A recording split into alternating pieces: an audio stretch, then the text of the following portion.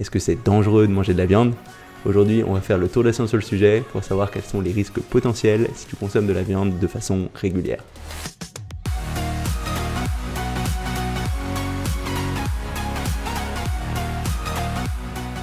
Salut, ici Nico et bienvenue dans cette vidéo qui va être un petit peu particulière parce qu'il va bien s'agir d'un nouvel épisode de ma mini-série 2 minutes science, mais cette fois, au lieu de faire le tour de la science en seulement 2 minutes, je vais prendre le temps de plus entrer dans les détails et à la fin, je te ferai un résumé en 2 minutes. Et si tu veux voir juste ce résumé, je t'ai mis un petit temps dans la description sous cette vidéo, il suffira de cliquer dessus et tu arriveras directement à ce résumé en fin de vidéo.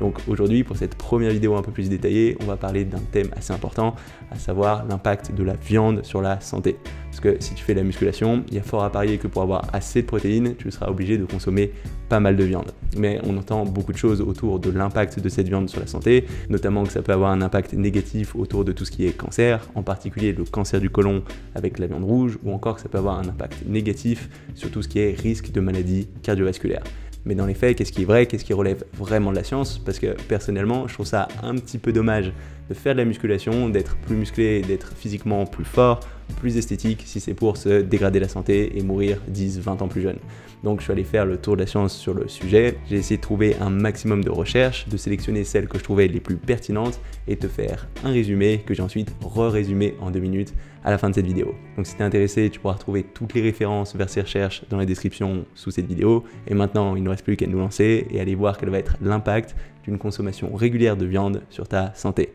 C'est parti. La première chose que je suis allé voir, c'est à la base d'où vient l'idée que manger de la viande, c'est pas forcément bon pour la santé. Et j'ai trouvé 3 principaux points. Le premier de ces points, c'est que a priori, il y a un certain nombre d'études qui montrent que les végétariens ont tendance à vivre plus longtemps que les omnivores, les gens qui mangent de la viande. Ensuite, le deuxième grand point, c'est un groupe d'études qui semble montrer qu'une plus forte consommation de viande est liée à un plus fort risque de maladies cardiovasculaires. Et enfin, le dernier point, c'est des études qui montrent que consommer plus de viande, notamment de la viande transformée, issue d'un processus industriel, donc ce que tu vas retrouver dans des plats cuisinés ou des choses comme des saucisses par exemple, ce serait lié à un risque plus élevé de cancer, et en particulier de cancer du côlon. Du coup, j'ai commencé mes recherches en regardant du côté de cette idée que être végétarien c'était mieux pour la santé, que tu allais vivre plus vieux si tu mangeais pas de viande, et j'ai trouvé un grand nombre de publications qui vont dans ce sens, mais qui se réfèrent presque tout le temps aux mêmes grandes études. Ces études, c'est des études qui sont appelées les Adventist Health Studies, en fait, qui correspondent au suivi d'une communauté très particulière,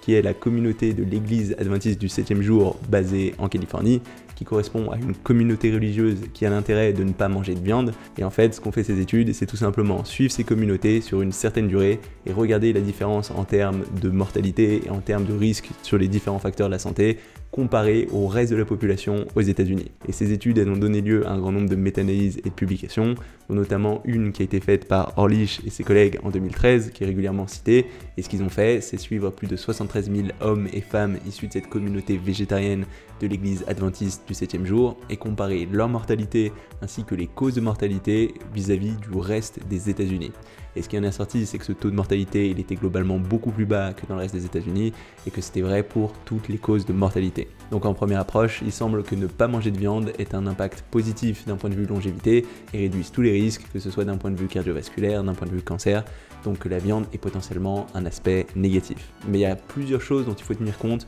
pour nuancer tout ça. Et ça, les auteurs en parlent même dans l'étude, avec un premier point qui est que ces personnes issues de cette communauté religieuse, il n'y a pas que le fait de ne pas manger de viande qui est différent avec le reste des États-Unis. En fait, il y a aussi le fait qu'ils ont tendance à moins fumer, à prendre moins d'alcool, que globalement leur IMC est plus bas, donc il y a moins de personnes en surpoids, et ça c'est des facteurs qui n'ont rien à voir avec la consommation de viande, mais qui peuvent aussi avoir un impact sur la mortalité. En fait, en science, c'est ce qu'on appelle des facteurs confondantes, c'est-à-dire des facteurs dont on ne veut pas tenir compte, qui ne devraient pas impacter notre résultat, mais qui sont là malgré tout et qui peuvent fausser ce qu'on obtient à la fin. Et ces facteurs confondants, c'est pas quelque chose de très original, parce qu'on en retrouve dans presque toutes les études épidémiologiques, c'est-à-dire les études où on va étudier une population comme ce qu'on fait ici, et pour essayer de limiter leur impact, il va y avoir des façons de procéder par le calcul, ce qui a été fait dans cette étude. Mais malgré le fait qu'on va mettre en place ces méthodes de calcul, on va toujours avoir un minimum d'impact lié à tout ça. Donc on peut vraiment se poser la question si l'amélioration de ce taux de mortalité, il est vraiment lié au fait de ne pas consommer de viande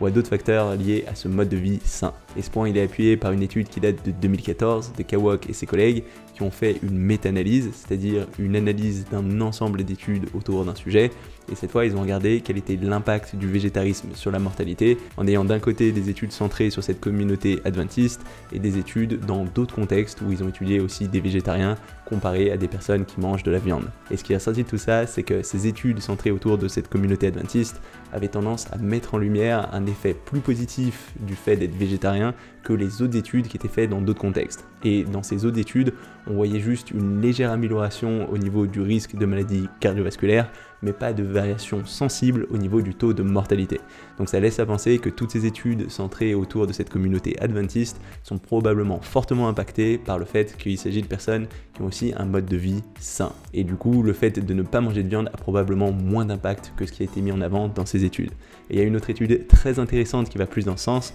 parce que cette fois, au lieu de comparer des végétariens avec une population générale, ce qu'ils ont fait, c'est qu'ils ont comparé des végétariens qui ont donc tendance à avoir aussi un mode de vie plus sain en dehors, avec des personnes qui mangeaient de la viande, mais qui avaient aussi un mode de vie sain. Pour faire ça, ils ont recruté leur sujet soit en passant par des associations végétariennes, soit par des magazines de santé, soit en allant directement dans des magasins bio. Donc comme ça, ils ont eu d'une part des végétariens qui font attention à leur mode de vie, mais aussi des personnes qui mangent de la viande qui font aussi attention à leur mode de vie pour limiter ces facteurs confondants. Et ce qui en est ressorti, c'est super intéressant, puisque dans les deux groupes, le taux de mortalité était bien inférieur à la moyenne nationale. Mais par contre, entre chacun de ces groupes, il n'y avait pas de différence significative. En fait, il y a même des résultats qui sont surprenants, puisque le groupe végétarien avait un taux de mortalité lié au cancer du pancréas et au cancer du côlon qui était plus important que le groupe qui consommait de la viande, alors que le groupe qui consommait de la viande avait un taux de mortalité lié aux maladies cardiovasculaires qui était plus important. Et au total, si on regarde toutes les causes de mortalité, le taux de mortalité était le même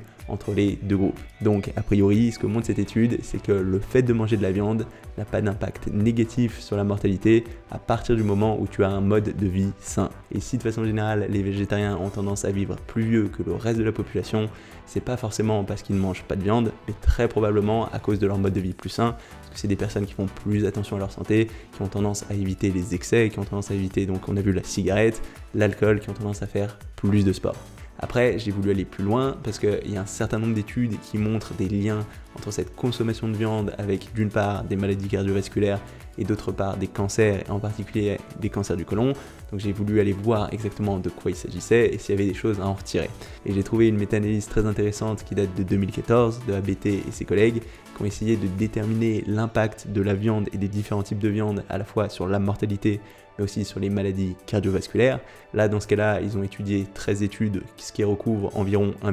600 000 personnes. Et ce qui en est ressorti, c'est que les viandes transformées, donc les viandes issues d'un processus industriel que tu vas retrouver dans des plats préparés par exemple, avaient un impact négatif sensible, que ce soit au niveau des maladies cardiovasculaires ou du taux de mortalité totale. Par contre, en ce qui concernait la viande rouge non transformée, donc que tu peux trouver à ton boucher, il n'y avait pas de différence sensible au niveau de la mortalité et une légère différence au niveau des maladies cardiovasculaires. Et enfin, pour tout ce qui concernait les viandes blanches ou l'apport total en viande, il n'y avait pas de lien entre ces apports-là et le taux de mortalité ainsi que les maladies cardiovasculaires. Donc il semble que ces viandes transformées soient potentiellement le type de viande qui pose le plus problème. Et dans cette étude, ils évoquent le fait que c'est potentiellement la présence d'agents préservatifs chimiques comme les nitrites et les nitrates qui pourraient être à la source de cet effet négatif. Par contre, en ce qui concerne la viande rouge, il semble que l'impact négatif soit très limité et pas suffisamment significatif pour en tirer des conclusions définitives. Et en lien avec ça, j'ai trouvé une autre méta-analyse très intéressante qui date de 2010, de Micha et ses collègues,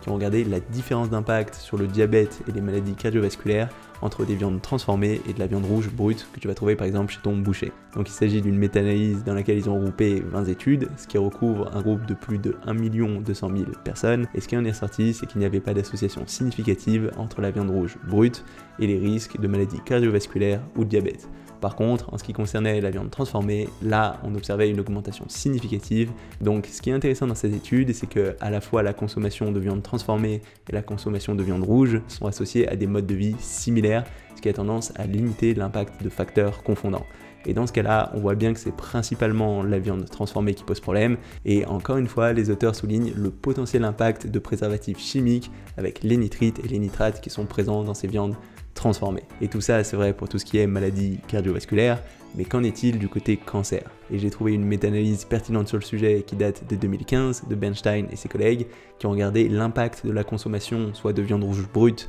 soit de viande rouge transformée sur le cancer du côlon et plus particulièrement sur comment ce cancer se développait, soit plus au début du côlon, soit vers la fin du côlon. Et là encore, ce qui en est ressorti, c'est que dans le cas de la viande transformée, on avait bien une augmentation du risque de cancer du côlon, en particulier dans la partie basse, mais que dans le cas de la viande rouge brute, pas transformée, on avait au contraire une association inverse avec ce type de cancer du côlon, c'est-à-dire que concrètement, manger ce type de viande diminuait les risques d'avoir ce cancer du côlon dans la partie basse de l'intestin, et seulement une augmentation très légère, non significative, du risque de cancer du côlon dans la partie haute de l'intestin. Donc les auteurs concluent que le fait de manger de la viande rouge transformée semble bien augmenter le risque de développer un cancer du côlon, mais que ce n'était pas le cas avec la consommation de viande rouge brute. Alors voilà, ça va être tout pour ce tour de la science sur l'impact de la viande sur la santé. Maintenant, je vais essayer de te faire un résumé de tout ça en moins de 2 minutes et je te donnerai les directives que j'en ai retirées moi personnellement pour t'aider à gérer cette consommation de viande. C'est parti! Alors, pour résumer, est-ce que la viande est dangereuse pour la santé?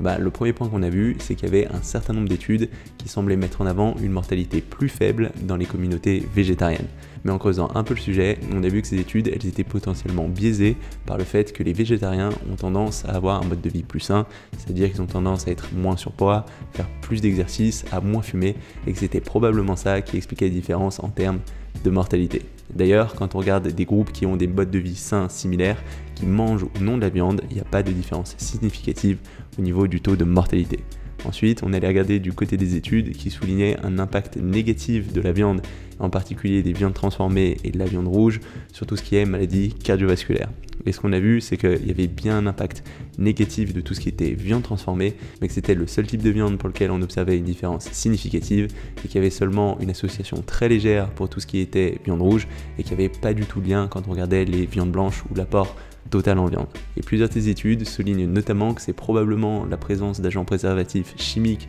comme les nitrates et les nitrites dans cette viande transformée, donc issus de processus industriels qu'on va retrouver dans la charcuterie ou dans les plats tout prêts, qui a un impact négatif sur la santé. Ensuite, on allait regarder du côté de la recherche concernant le lien entre cette viande et le cancer, parce qu'un argument qu'on entend assez souvent, c'est le fait que la viande transformée, ça a un impact négatif sur les risques de développer un cancer, notamment du côlon. Et ce qui en est sorti, c'est que c'était vrai pour tout ce qui était viande transformée, encore une fois, mais qu'il n'y avait pas d'association claire négative concernant la viande rouge. Donc ce que je retiens de tout ça, c'est que de façon générale, manger de la viande, ça semble pas avoir un impact très négatif sur la santé. En plus, cette viande, c'est à la fois une très bonne source de protéines, mais aussi de micronutriments, de vitamines et de minéraux qui seront facilement absorbés par l'organisme. Donc c'est des choses qui de façon générale sont intéressantes à inclure dans sa nutrition et qui ne devraient pas poser de problème pour la santé. Mais ceci dit, la science semble quand même montrer qu'il y a un type de viande qui peut particulièrement poser problème, à savoir tout ce qui va être viande transformée, alors qu'au contraire, les autres types de viande ne semblent pas poser problème, en particulier la viande blanche.